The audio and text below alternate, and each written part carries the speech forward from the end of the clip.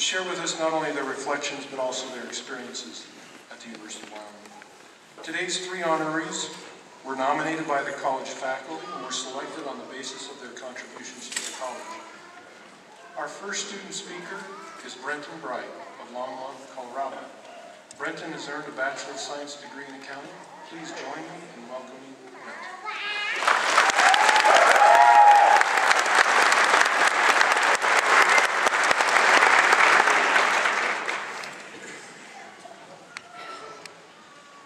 Good morning. When I found out that I was chosen to give a commencement speech, I was honored, and without much thought, I agreed.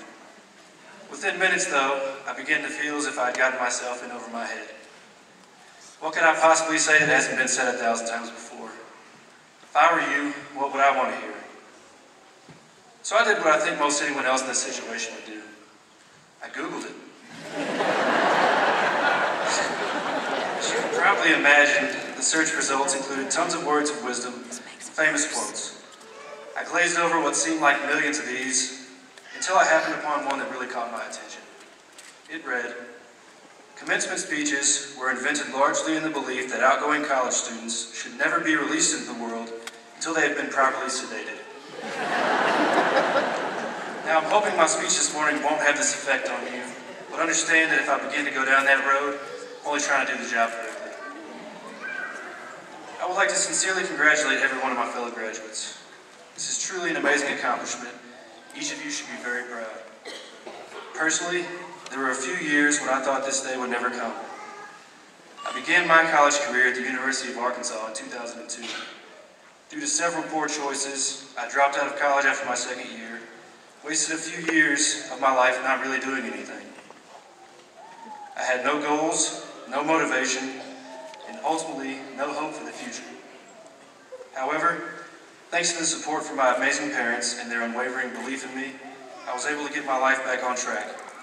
I attended a community college for a year and then decided on attending the University of Wyoming. Now, a mere 7 years after I began this collegiate journey, I can officially announce to the world that I am a college graduate. And man, does it feel good.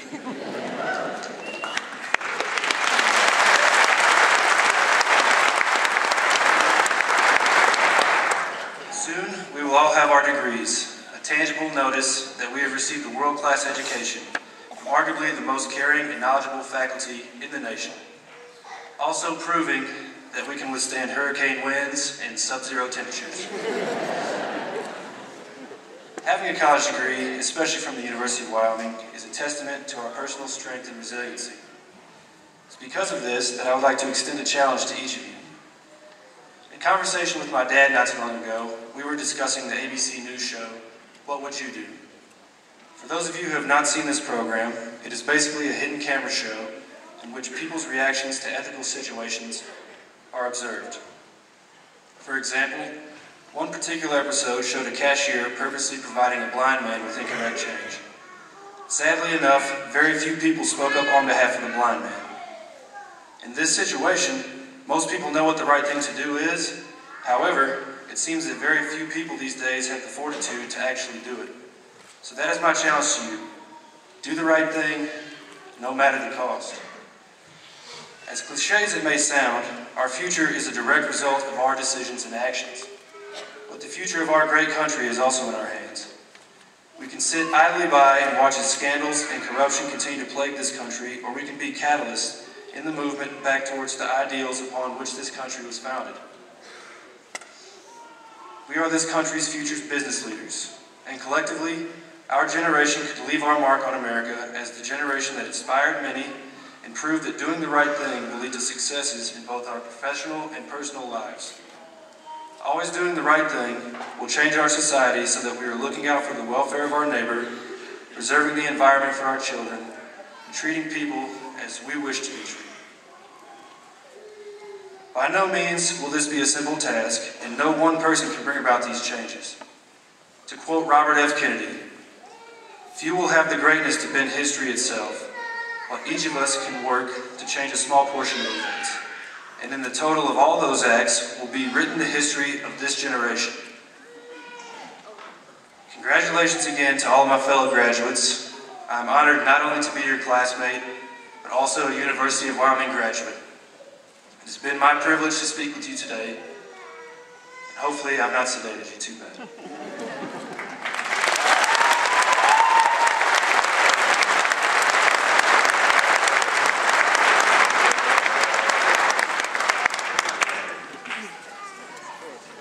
Our second student speaker is Dominique Citizen of Colorado Springs, Colorado.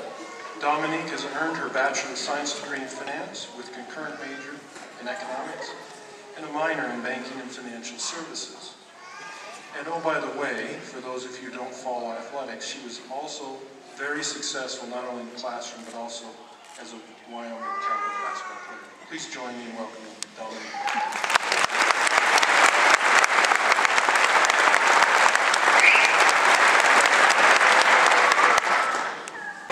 Minor, Banking and Financial Services, Colorado Springs, Colorado.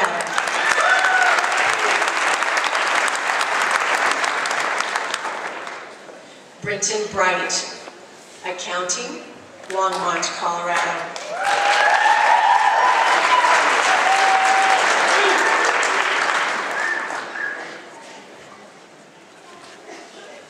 Dean Hathaway, this concludes the College of Business, this concludes the awarding of the College of Business undergraduate degrees. Thank you.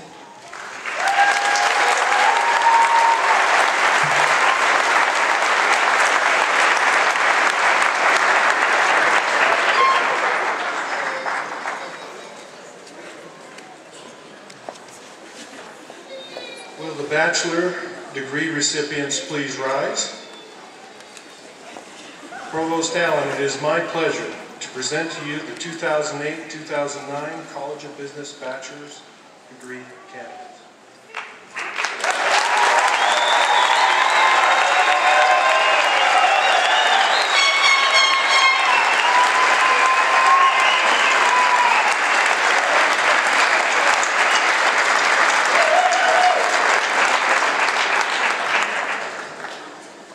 Upon the recommendation of the faculty, and by virtue of the authority vested in me by the trustees of the University of Wyoming, I confer upon you the bachelor's degree in chorus.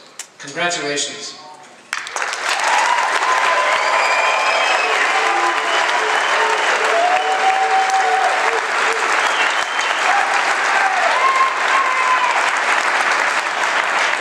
Congratulations again. You can be seated. We will now award the master's degree. Larry Weatherford.